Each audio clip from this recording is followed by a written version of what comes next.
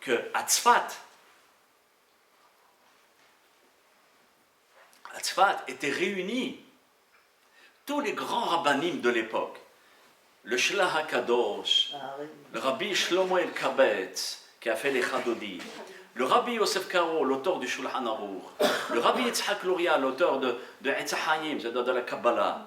Tous ces grands, ils étaient ensemble. Et ils priaient, regardez un petit peu cette grandeur de la Torah, comme maintenant on voit 3-4 rabbins, ils sont en train de, parfois malheureusement, quand ils sont trop petits, ils perdent les pédales. Regardez les grands que c'était, ils vivaient ensemble, ils priaient ensemble, ils servaient à Kadosh Baruch Hu. Leur seul but, c'était de servir Hachem Yitbarach. Et toujours quand il y avait deux grands maîtres, les deux grands, qui étaient le Baal HaShulchan Aruch, celui qui a écrit le Shulchan Aruch, le livre des lois, qui s'appelle Rabbi Yosef Karo. Et il y avait le maître de la Kabbalah, Rabbi Yitzhak Luria, dans la même synagogue. Et toujours quand l'un avait fini, on attendait l'autre. Normal, le respect, d'accord, le kavod à Torah.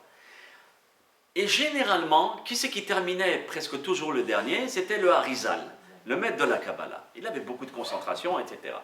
Alors on avait l'habitude quand même de l'attendre. Un jour, c'était pas le Harizal qui a terminé en dernier. Ça a été Rabbi Yosef Karo. Bizarre. Bon, on n'attend même pas 30 secondes. Et le Harizal dit au Shaliach Tzibour, il dit au ministre des prières, d'accord, ministre officiant, commence la prière. Mais on ne l'attend pas. C'est sûr qu'on ne va pas poser la question au Rav, il sait ce qu'il fait. Très bien. On fait la prière, on la termine et tout, et après, il y a le règlement de compte. Pourquoi tu n'as pas attendu Rabbi Yosef Karo? Le Harizal dit à Rabbi Yosef Karo devant tout le monde, Rabbi, est-ce que je me trompe que pendant ta Hamida, tu étais en train de réfléchir sur une halakha concernant une loi? Est-ce que c'était permis ou interdit et tu t'es perdu dans tes pensées à savoir si c'était permis ou interdit et comment il fallait le marquer dans ton livre? Vrai ou faux? Il dit c'est vrai. C'est pour cela que je ne l'ai pas attendu, parce qu'il n'était pas dans la Hamida. S'il était dans la Hamida, on l'attend tous, mais il était dans le Shakla Betaria, un raisonnement du Shulchan Aruch, c'est pas le moment. D'accord? Pour dire, bon, déjà, ici on voit deux choses. Le moment de la prière, c'est le moment de la prière. Le moment de l'étude, c'est le moment de l'étude. Et c'est ça qui est beau dans la Torah. Et quand je vois quelqu'un étudier au moment de l'étude, je dis, le pauvre, il est complètement brouillon. Il n'a pas la vraie Torah. Parce qu'il ne connaît pas la discipline. La Torah nous discipline. Elle nous fait faire les choses intelligemment. Chaque chose, tu vas vivre intensément le moment. Tu es en train de prier, éclate-toi dans la prière. Fonce. Parle à Kadosh Baruch Hu. Tu es en train d'étudier, alors aussi éclate ton cerveau et tout ce que tu veux pour essayer de comprendre ce que Dieu te demande. Et donc, de vivre intensément le moment, ça s'appelle vivre. Mais quand je fais quelque chose, et je pense à autre chose, qui est la plupart malheureusement de la société, je ne vis pas le moment intensément. Mais malheureusement, il y a toujours les Yetzirah, non seulement dans la Mida. Non, mais c'est vrai, j'ai entendu ça aussi des rabbiniotes, des grandes rabbiniotes et des grandes rabbinites. Qui est un matzah, qui aura une prière sans Yetzirah, qui rentre même pas sur des questions comme le Rabbi Yosef Karo. Des carots de famille, Oui. Comme un... C'est vrai. Il n'y a pas un tefila שהיא לשמה ממש, בלי יצר הרע שנכנס מסובב לנו את הראש. ומסובב, ולאו דווקא בקושיות. J'ai vu dans les Pérouchim du Admour de Gour. Le Admour de Gour, il dit quelque chose de super beau. Et il dit, sache mon fils, que lorsqu'il arrive que dans ta prière, tu vas penser à d'autres choses. C'est ça, ouais. C'est ça qui est très beau aux yeux de Dieu. Pourquoi? Parce que tu es en train malheureusement de t'évader, et qu'est-ce que tu fais? Non, je suis dans la prière. Hachem, le moment où tu retournes dans cette prière et que tu te ressaisis, c'est ça qu'il veut de toi. Nous ne sommes pas des anges, il dit le Admo. Nous ne sommes pas des anges, nous sommes des êtres humains. On est fait avec nos forces et nos faiblesses. Et une de nos faiblesses, c'est de partir un petit peu dans tous les sens. Mais c'est quoi la grandeur? C'est même plus qu'un ange, c'est de revenir là où nous étions. Ça veut dire de revenir à la concentration de la prière. Après, on se réévade. C'est pas grave, tu reviens. Et ça, Hachem, il applaudit là-haut. Il dit, magnifique mon fils. Hazak ou Baruch. Donc, c'est pas un mal si on sort de la prière et on revient. Tu comprends? C'est pas par rapport à ça qu'on va abandonner. Au contraire, Il faut s'accrocher et dire c'est ça qu'Hachem ce qu'il veut. Il aime ça, d'accord? Contrairement à d'autres qui vont vous dire ah, j'arrive même pas à faire ma tefila. Non, non. Tout dans le positif. Tout. Excusez-moi. Quel? Hachem, il a, dans la difficulté à Moshe Rabbeinu d'avoir construit la menorah d'un Gouche Echad, son Chibour. On dit qu'Hachem, il a aidé à le faire. Nahon. Donc là, on voit le parallèle entre quand on demande à Hachem avant de faire la tefila, on doit la faire également la tefila Tamida d'un trait. Un seul trait avec une concentration. C'est pour nous la même difficulté qu'a fait Moshe. Waouh, qu'est-ce que c'est beau ce que tu dis. Et on demande à Hachem de nous aider justement à la faire d'un trait sans être éparpillé. C'est très très beau. Et là, on demande C'est très très beau. Très beau. La difficulté que Moshe Rabbeinu a eue pour pouvoir faire la menorah, c'est la même difficulté que nous avons pour faire notre menorah qui est notre prière. C'est Hazak Baruch, Gouche Echad.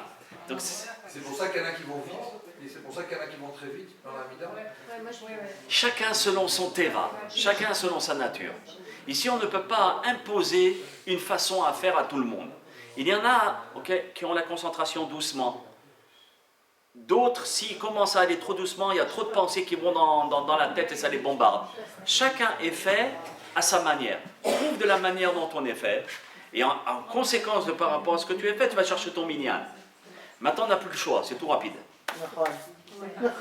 On n'a plus le choix. D'accord? C'est tout avec la vitesse de l'éclair. D'accord? Donc, qu'est-ce que tu fais? Tu vas à la prière à ta vitesse. Même si le tzibour il va vite, toi tu vas à ta vitesse. Non mais je voulais dire, est-ce que c'est une chita Oui. d'aller vite Oui. pour écarter les pensées? Mais bataille. Bah, le rabbi Lubavitch, il faisait... Chez ta Chabad. Alors on pense à rien, on fonce, on comprend. Non, tu te concentres seulement dans ce que tu es en train de faire. Et tellement la concentration elle est fragile, alors il faut que je fonce pour que je sois seulement là-dedans. Mais même avec ça, on n'y arrive pas. Parce qu'on est des êtres humains. Mais en même temps, ça fait pas de fil à l'espace, je suis désolée.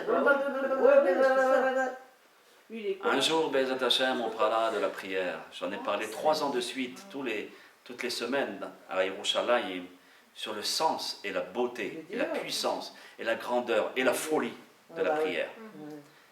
C'est quand l'Agma dit Kurum Zulut Livne Adam, il y a quelque chose que vous êtes Zulut, Mezalzel, il y a quelque chose qu'on néglige. D'accord? Chez les êtres humains, l'Agma, qu'est-ce qu'elle dit? Zot Tfila. D'accord, la tefila, quand on néglige beaucoup. Et quand on étudie la tefila, pas seulement la lire, quand on l'étudie, alors là, elle prend tout un autre sens. Et quand on prie à Kadosh Baruch Hu, c'est carrément un autre contact que nous avons avec lui. C'est pas encore la prière, oh là là, j'en ai marre de cette prière. Quand est-ce là, on va plus prier? Que je ne veux pas pouvoir me lever le matin et prendre mon café au lait et terminer. Il n'y a personne qui ne comprend pas la tefila, c'est normal qu'il va parler comme ça. Mais il y a quelqu'un qui kiffe, comme le grand Mevilna. Il attendait après Sukkot pour pouvoir se lever de bonne heure après Sukkot, pour pouvoir vite mettre les téfilines à la première heure. Et dire, ah voilà Hachem, ça fait 7 jours que je n'ai pas mis les téfilines, ça m'a trop manqué.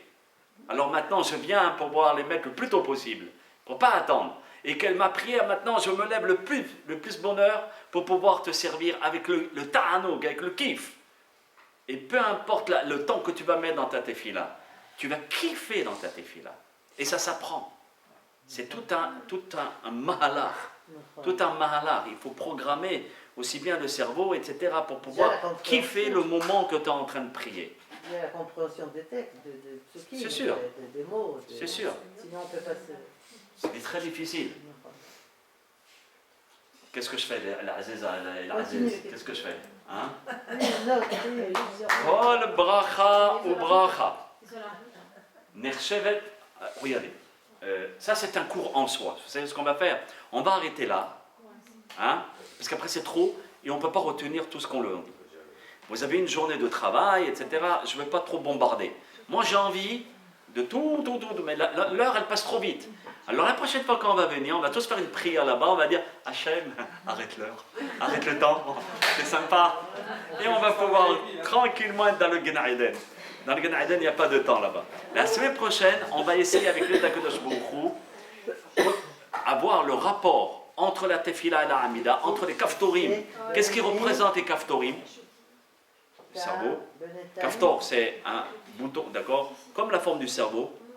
Les brachim, toutes ces parties de la menorah, qu'est-ce qu'ils représentent chez l'être humain? Et en rapport avec la Hamida, sa structure. Pourquoi il y a 18 bénédictions, les 3 premières, les 3 dernières et le milieu? Qu'est-ce que ça forme? Donc la semaine prochaine, avec l'aide d'Hachem, on étudiera ces textes du Bénicha. Qu'Hachem vous bénisse et vous comble de bonheur. Amen. Amen.